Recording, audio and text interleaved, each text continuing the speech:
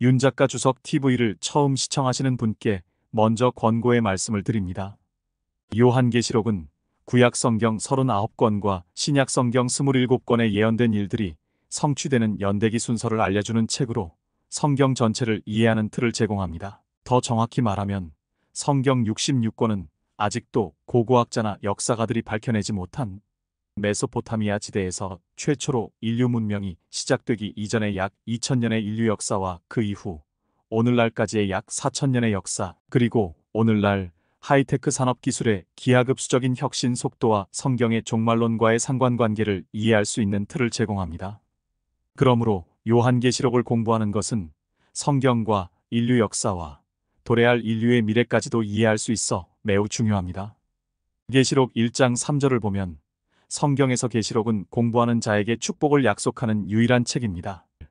요한계시록을 이해하기 위해서 구약 성경의 예언 중에 성취된 예언과 아직 성취되지 않은 예언에 관한 사전 지식이 필요합니다. 계시록을 이해하기 위한 사전 지식을 1에서 7편까지의 자료에 요약해 놓았으므로 먼저 보시기를 권고합니다. 1장 서문 메시아의 발자취는 예언에 관한 연구입니다. 좀 더 구체적으로 말하자면 마지막 날에 대한 학문인 종말론에 관한 연구입니다. 메시아의 발자취는 예언을 연대기적으로 살펴보고 성경에 게시된 사건의 순서를 다룰 것입니다. 현재 성취되고 있는 예언과 환란과 천년왕국에서 펼쳐지는 일련의 사건들이 영원한 질서에서 정점을 이루는 과정을 다룰 것입니다. 그러나 구체적인 내용을 다루기 전에 먼저 몇 가지 소개 사항을 다룰 필요가 있습니다. A. 해석의 규칙.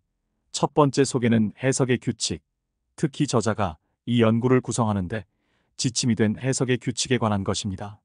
너무 자주 성경 주석가들은 예언이 아닌 구절의 해석에 대해서는 한 가지 규칙을 가지고 있지만 예언 구절에는 동일한 규칙을 적용하지 못하거나 거부했습니다. 이런 식으로 예언은 종종 적들, 즉 언약신학자들의 손을 통해 고통을 겪었지만 예언은 또한 세대주의 신학자들의 손을 통해서도 고통을 겪었습니다.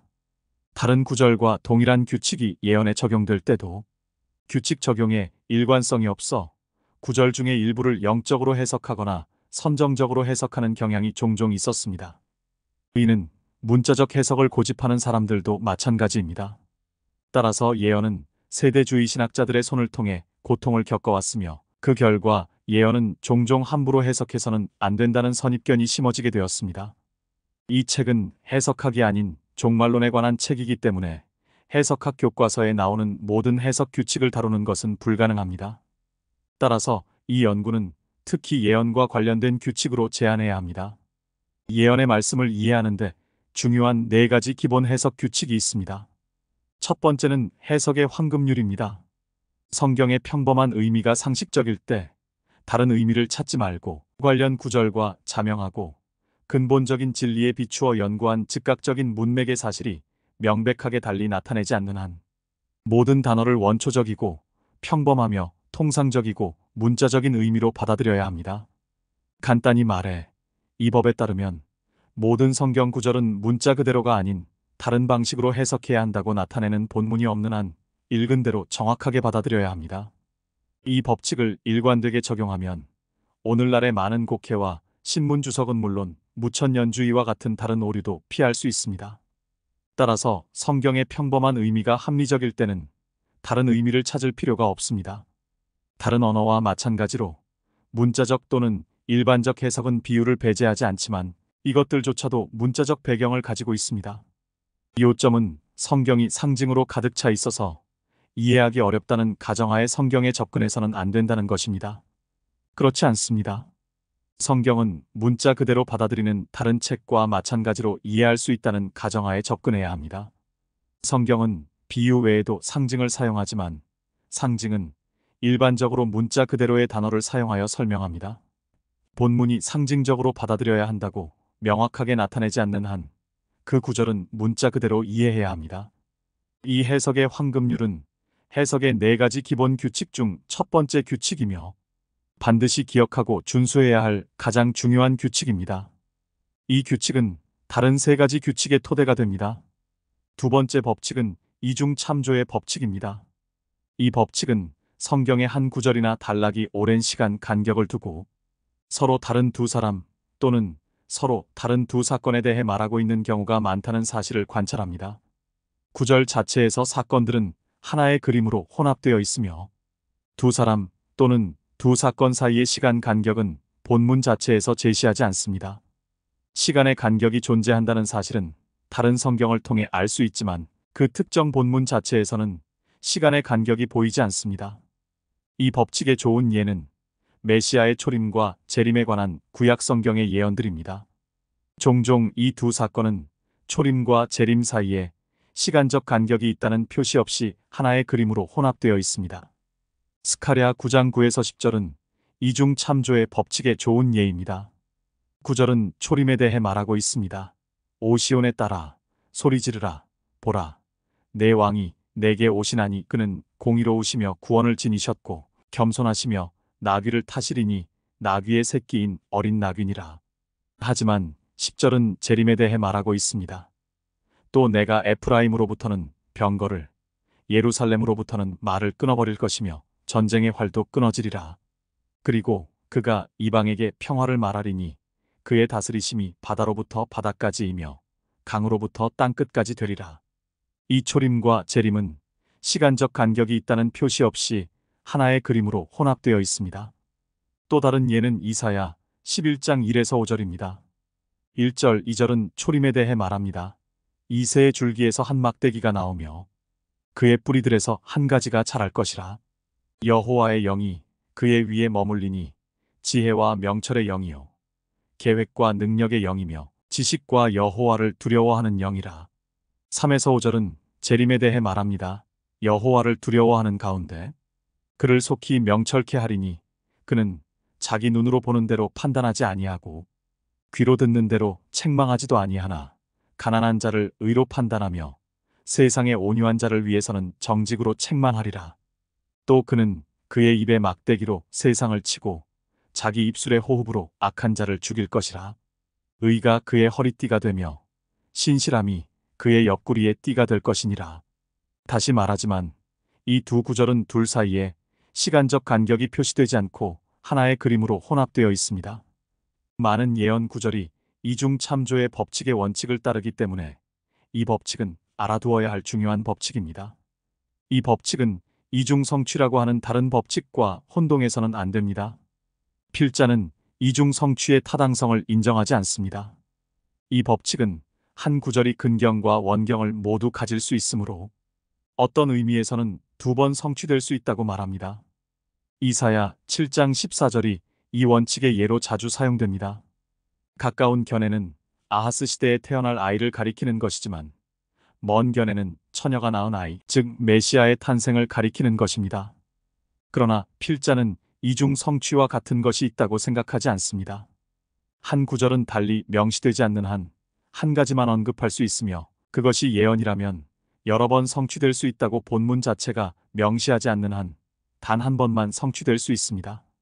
이중 참조의 법칙은 두 사건이 하나의 그림에 혼합되어 있지만 구절 중의 일부는 한 사건을 언급하고 구절 중의 다른 부분은 두 번째 사건을 언급한다는 점에서 이중 성취의 법칙과 다릅니다. 스가랴 9장 9에서 10절이 이에 해당합니다. 9절은 초림만을 가리키고 10절은 재림만을 가리키지만 두 구절이 이중으로 성취되는 일은 없습니다. 9절의 두 가지 성취와 10절의 두 가지 성취는 없습니다. 이사야 7장 14절은 아하스 시대의 아이를 가리키거나 메시아의 탄생을 가리켜야 합니다. 둘 다 언급할 수는 없습니다. 이사야 7장 13에서 17절은 이중 성취의 원리보다는 이중 참조의 법칙을 따르는 것으로 받아들이면 더 잘 설명할 수 있습니다. 13에서 14절은 메시아의 동정녀 탄생만을 언급합니다. 이에 이사야가 말하기를 오 다윗의 집아 이제 너희는 들으라.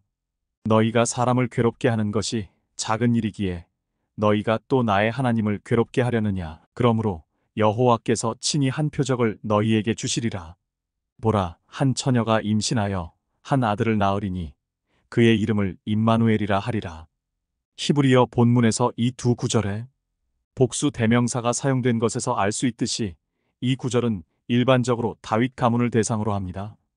15에서 17절은 히브리어 본문에서 단수 대명사로 바뀐 것에서 알 수 있듯이 아하스 시대의 한 아이를 언급하고 있었기 때문에 아하스에게만 해당됩니다. 그는 버터와 꿀을 먹을 것이요. 그리하여 그가 악을 거절하고 선을 택할 줄 알게 되리라. 그 아이가 악을 거절하고 선을 택할 줄 알기 전에 내가 혐오하는 그 땅이 그 두 왕에게서 버림받으리라. 여호와께서 에프라임이 유다에게서 떠났던 날로부터 당해보지 못한 날들을 너와 내 백성과 내 아비의 집에 가져오시리니 곧 아시리아 왕이라. 이 아이는 3절의 시알야스빌 가능성이 큽니다. 따라서 이중 참조는 일정 시간 간격으로 분리된 두 사람을 말합니다. 이는 이중 이행의 함정을 피합니다.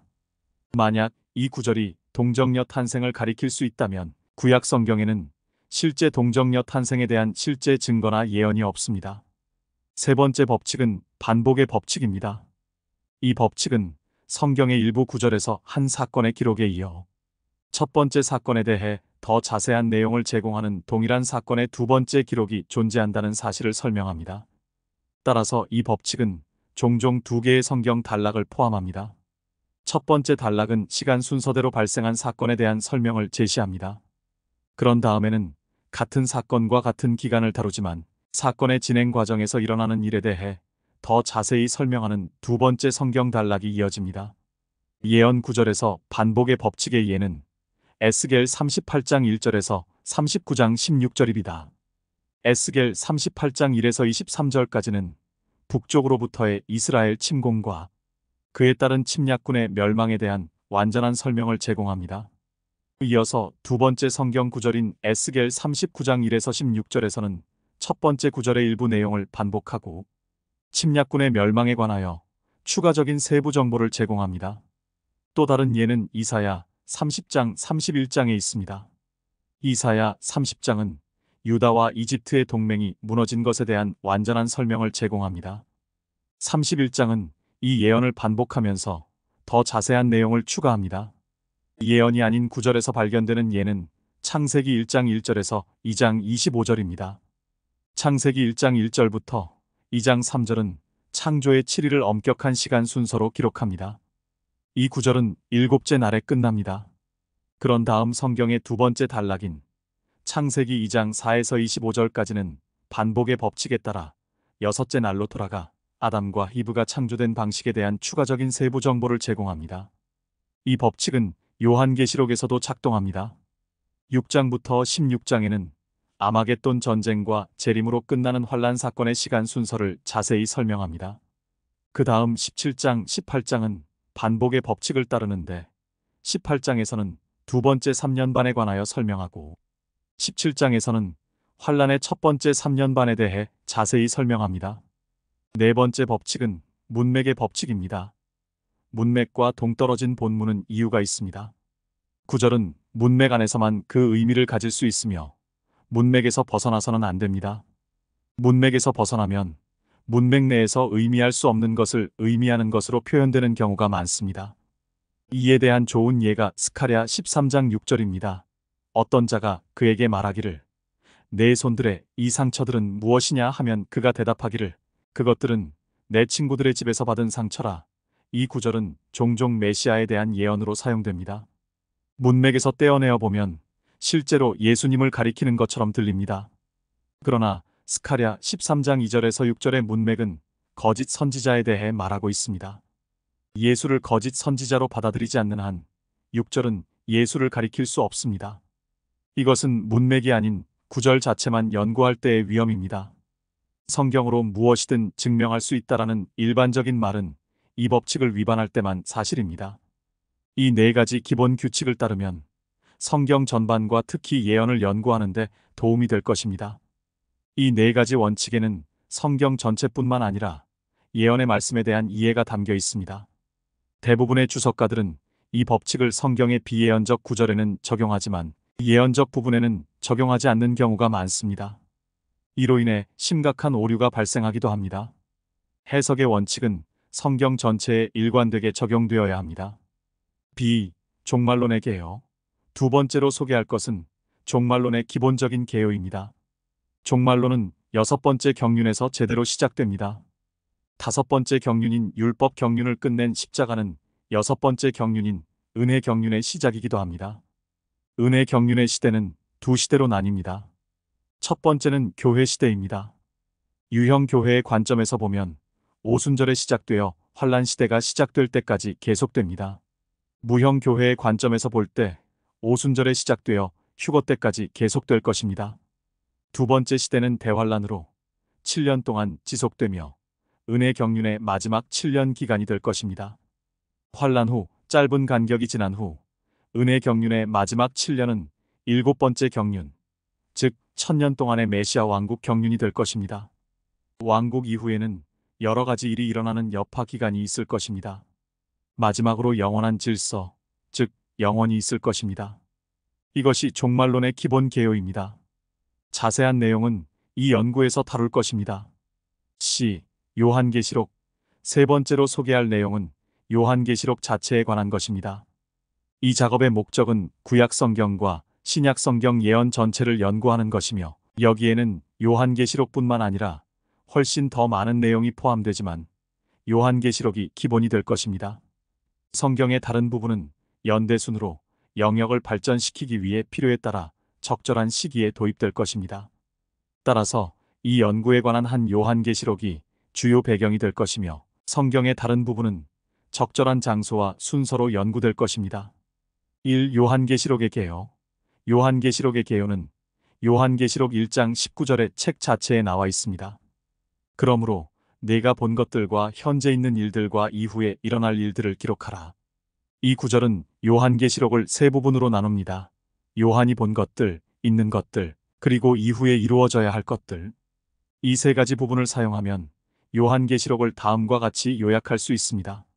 서론 1장 1에서 3절, 인사말 1장 4에서 8절, 요한이 본 것들 1장 9에서 20절, 영광을 받으신 인자 1장 9에서 11절, 요한계시록 1장 12에서 16절, 해석 1장 17에서 20절, 있는 것들 2장 1에서 3장 22절, 에베소 교회 2장 1에서 7절, 서머나 교회 2장 8에서 11절, 버가모 교회 2장 12에서 17절, 두아티라 교회 2장 18에서 29절, 사대 교회 3장 1에서 6절, 필라델피아 교회 3장 7에서 13절, 라오디케아 교회 3장 14에서 22절, 앞으로 일어나야 할 일들 4장 1절에서 22장 21절, 대환란에 앞서 하늘에서 일어나는 사건들 4장 1절에서 5장 14절, 하나님의 보좌 4장 1에서 11절, 어린 양과 일곱 봉인된 두루마리 5장 1에서 14절, 대환란 6장 1절부터 18장 24절, 첫 번째 3년 반 6장 1절부터 9장 21절, 봉인 심판 6장 1에서 17절, 14만 4천 명의 유대인과 세계적인 부흥 7장 1에서 17절, 나팔 심판 8장 1절부터 9장 21절, 환란 중기의 사건들 10장 1절부터 14장 20절, 작은 책 10장 1에서 11절, 환란 성전 11장 1에서 2절, 두 증인 11장 3에서 14절, 일곱 번째 나팔 11장 15에서 19절, 환란에 처한 이스라엘 12장 1에서 17절, 바다에서 나온 짐승 13장 1에서 10절, 땅에서 나오는 짐승 13장 11에서 18절, 중간 환란 발표 14장 1에서 20절, 두 번째 3년 반 15장 1절부터 16장 21절, 전주곡 15장 1에서 8절, 대접 심판 16장 1에서 21절, 반복 두 바벨론 17장 1절부터 18장 24절, 교회적 바벨론, 전반부 17장 1에서 18절, 정치적 바벨론, 후반부 18장 1에서 24절, 재림과 그 여파 19장 1절부터 20장 3절, 재림의 전주곡 19장 1에서 10절, 재림 19장 11에서 18절, 아마겟돈 전쟁 19장 19절, 적 그리스도와 거짓 선지자 19장 20절, 이방인들 19장 21절, 사탄의 결박 20장 1에서 3절, 메시아 왕국 20장 4에서 6절, 메시아의 통치 20장 4절, 첫 번째 부활 20장 5에서 6절, 여파 20장 7에서 14절, 마지막 반란 20장 7에서 10절, 백보자 대심판 20장 11에서 14절,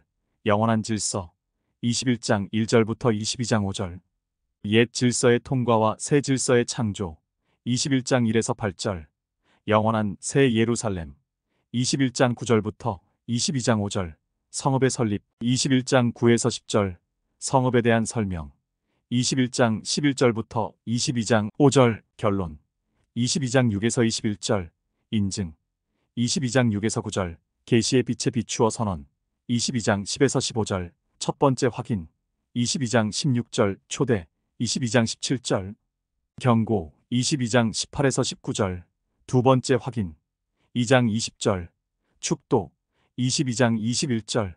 이것이 이 연구에서 다룰 요한계시록의 개요입니다. 요한계시록의 저자는 요한복음과 요한일서, 요한이서, 요한삼서 등 세 서신도 저술한 사도 요한입니다.